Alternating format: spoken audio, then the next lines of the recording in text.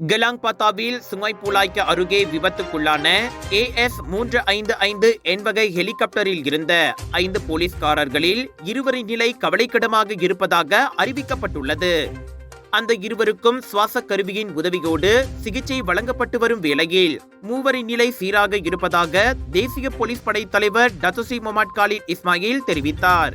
சுல்தானா அமினா மருத்துவமனையில் இருந்து வரும் மருத்துவ நிபுணர்கள் முடிந்தவரை அவர்களுக்கு சிறந்த சிகிச்சையை வழங்கி வருகின்றனர். ஹெலிகாப்டர் விபத்தில் காயமடைந்தவர்களில் 3 போலீஸ் ஆகாயப்படை பிரிவையும் இதர 2 தஞ்சங்குப்பாங் போலீஸ் நிலையத்தை சேர்ந்த உறுப்பினர்கள் என முகமது காலித் தெரிவித்தார். காயமடைந்த அந்த 5 போலீஸ்காரர்களையும் சுல்தானா அமினா மருத்துவமனையில் பார்வையிட்ட பின் அவர் செய்தியாளர்களிடம் இத்தகவலை வெளியிட்டார். அவருடன் ஜோஹர் மாநில போலீஸ் தலைவர் எம் குமாரும் உடனிருந்தார்.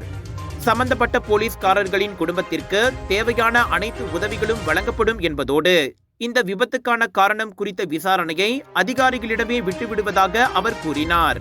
மலேசியா, இந்தோனேசியா, தாய்லாந்து மற்றும் சிங்கப்பூர் ஆகிய நாடுகள் கலந்து கொண்ட பயிற்சியின் போது கெலாங் பாத்தாவில் உள்ள மலேசிய கடல் அமலாக்க நிறுவனத்தின் படகு துறைக்கு அருகே போலீஸ் படைக்கு சொந்தமான அந்த ஹெலிகாப்டர் இன்று காலையில் விபத்துக்குள்ளானது.